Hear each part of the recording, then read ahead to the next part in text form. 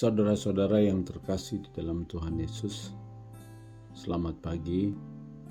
Hari ini kita akan mendengar satu renungan firman Tuhan dalam jam doa pagi yang kita lakukan setiap hari Sabtu. Sebelum kita masuk ke dalam renungan, mari kita terlebih dahulu berdoa. Bapa kami di surga, sebentar kami akan merenungkan firman-Mu. Tolong kami ya Tuhan, untuk kami boleh dengan Roh Kudus memahami firman-Mu. Biarpun firman-Mu ini singkat, tetapi kami yakin dengan Roh Kudus menginspirasi kami dengan luar biasa untuk kami menjadi orang yang terus lebih mengasihi Tuhan dan pekerjaan Tuhan, kehendak Tuhan.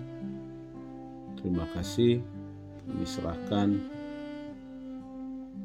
doa kami ini dalam nama Tuhan Yesus. Amin.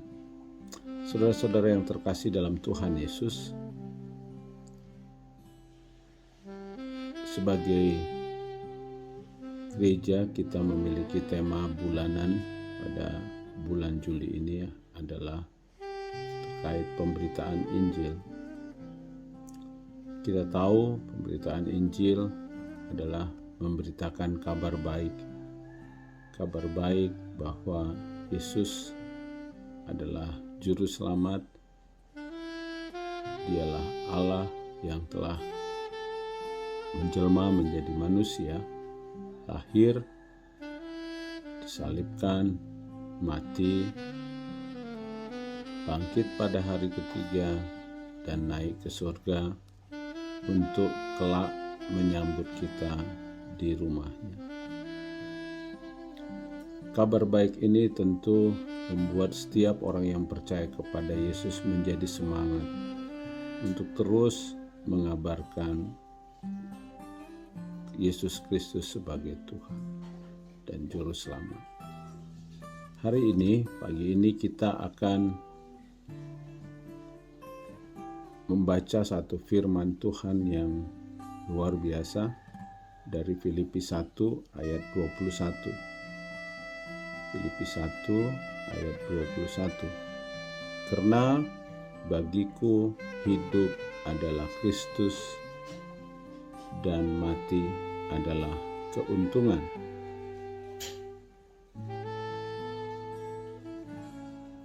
Firman Tuhan hari ini sangat luar biasa. Paulus sewaktu menulis firman Tuhan ini sedang berada di penjara, dan dia menuliskan satu firman Tuhan yang sangat luar biasa menolong kita, yaitu karena bagiku hidup adalah Kristus dan mati adalah keuntungan. Dan itulah yang menjadi judul renungan kita, hidup dan mati tetap untuk Kristus. Saudara yang terkasih, kalau kita melihat firman Tuhan ini dan latar belakang Paulus sedang di dalam penjara, maka kita akhirnya mengetahui betapa Paulus pada saat itu dia tidak mengerti tentang kematiannya, kapan dan waktu Tuhan akan memanggilnya kapan. Akan tetapi dia yang yakin satu hal, saat dia hidup meskipun di penjara, dia tetap ingin memberitakan Injil. Dia tetap melakukan pemberitaan Injil. Dia tetap menulis banyak firman Tuhan kepada jemaat-jemaat meskipun di penjara, untuk mengokohkan umat-umat Tuhan. Oleh karena itu ada 3 kebenaran yang bisa kita lihat di dalam firman Tuhan ini. Yang pertama adalah memberitakan Injil adalah perintah. Memberitakan Injil harus kita lakukan sesuai dengan amanat agung Tuhan Yesus dalam Matius 28 ayat 19-20. Ini yang selalu menjadi bagian mengapa kita tetap di dalam hidup ini memberitakan Injil. Selagi kita hidup, selagi kita punya nafas, kita terus semangat mengabarkan Injil. Yang kedua, selagi hidup pakai kesempatan untuk memberitakan Injil. Kita tidak tahu kapan kita akan dipanggil Tuhan. Paulus waktu di penjara pun merasakan hal demikian.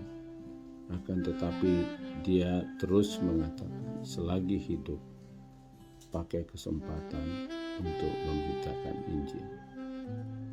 Yang ketiga, memang saat kita meninggal, saat kita dipanggil Tuhan, kita beruntung. Karena apa? Karena kita bertemu dengan Dia. Kita bertemu dengan pencipta kita.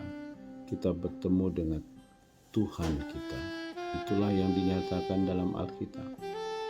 Tapi selagi kita belum dipanggil Tuhan, Paulus mengatakan, mari kita lakukan pemberitaan Injil terus menerus. Karena